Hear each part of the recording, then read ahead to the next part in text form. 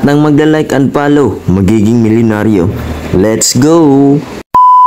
Yo, what's up mga part? So, ito na yung update sa binubuo nating Suzuki Smash 115. Ito na yung day 4 ng pagbuo natin. And then, ito yung ganap. So, basa siya kasi may nilakad ako kanina. May pinagawa ako dito. So, ang nakabit na natin is yung potres ni Abilina. Yung pure stainless na pinasadya natin dati. Then, yung side stand, siyempre street legal. Then, proper para sa street bike. Then, ito, tinakpan natin. Kaya bili na rin to. And then, stock potres sa likod. Binaping lang natin. So, 415 chain set. Pinalitan natin para proper. So, ito sa kabila.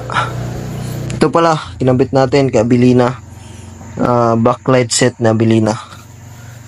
Then, foot brake natin na pure stainless. Pinasadya rin natin. Kinabit na rin natin. Siyempre, ito, stock footrest. Siyempre, street legal tayo. So, gumagana na rin pala yung kanyang foot brake. So, kinabit na natin yan. Brake rod. Brake arm. So, lahat to galing kay Abilina dati. So, buti na dito pa sa atin. Then, pinagana natin yan lahat. And then, ito yung nilakad natin kanina. Pinagawa natin yung pipe. So, pinadugtungan natin dito. Although, hindi pa siya masyadong nice pagka-bapping. So, try natin mamaya. Bapping natin ulit. And then, papagintabi natin to ng konti. So, para gumanda naman. Pero dinugtungan ko siya kasi para sumakto dito yung kanyang bracket sa pipes. Kasi street legal tayo, so power pipe gagamitin natin. And then, yung braking system niya sa harap, all goods na. Ito lang ginamit natin. 8.1. Then, yung brake house. Then, ito yung stock lang. Brake master. And then, mini QT. So, hindi natin ginamit yung dito kasi yung cable niya hindi pa dumating. So, gauge niya Abilina. Yun yung ginamit natin. Yun pa lang yung update sa ngayon mga part. So, update ko na lang kayo bukas sa day 5, last day ng ating preparation.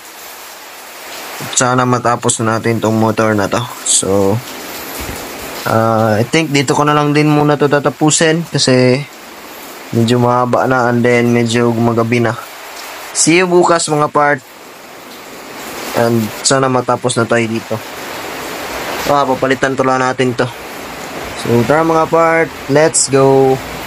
So bago ko yung tapusin mga part, so may mapakilala muna ako sa inyo ng game. So ito ang PH Pasay. So click lang natin yan mga part. So yan yung loob. So papakita ko sa inyo kung paano ito laruin. Tara, let's go.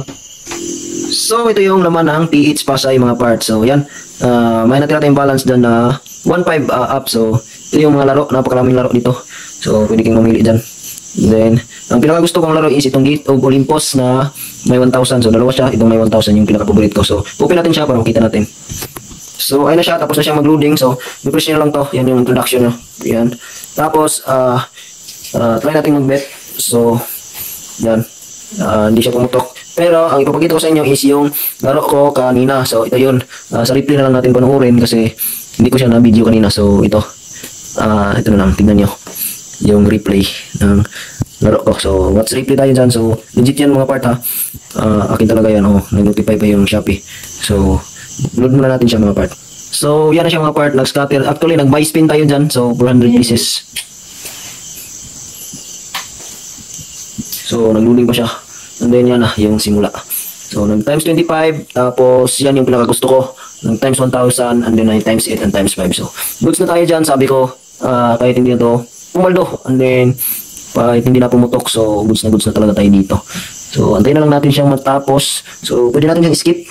So yan 6,850. Then next nag times 20 hindi pumutok, sayang. Then yan hindi pumutok yan siguro. So yan Ay, pumutok pala ng times 2 pero may total multiplier na tayo na 1,000 plus. So, kaya ang panalo natin dun is 11K plus. So, yan siya. Then, next, times 8 and times 50. Sayang hindi pumutok. Ito pa. Sayang yun. Hindi pumutok. Then, yan. May isa pa yan. Times 250 na hindi pa rin pumutok. Nag-times 500 pa. So, kung pumutok lang yun, nasa 100 plus na yung panalo natin dito. So, ito yung pumutok. Antayin nyo yan mga part. Yan. Pumutok siya. Kaso, yan yung pinakapaborito ko sa lahat. May times 500, times 10. Tapos, bigyan pa ng times 15. And then, may kulay yellow na pumutok. So, may bibigay pa yan last. So, yan. Times 10 and then times 6. So, pumutok pa yung pula. So, dito na talaga tayo pumaldo. Nag-max win tayo dito mga part. So, yan siya. Oh, max win. 42,100. So, skip natin. Yan yung panalo natin. A total of 68,000. So, napaka-legit ng link natin mga part. So, kung gusto niyo rin manalo kagaya ko, nasa comment section yung link. And then, ilalagay ko rin yan sa bio ko. So, ano pang inantay niyo mga part? Nasa intro na natin. Lahat ng magpapalo, magiging milyonaryo. Let's go!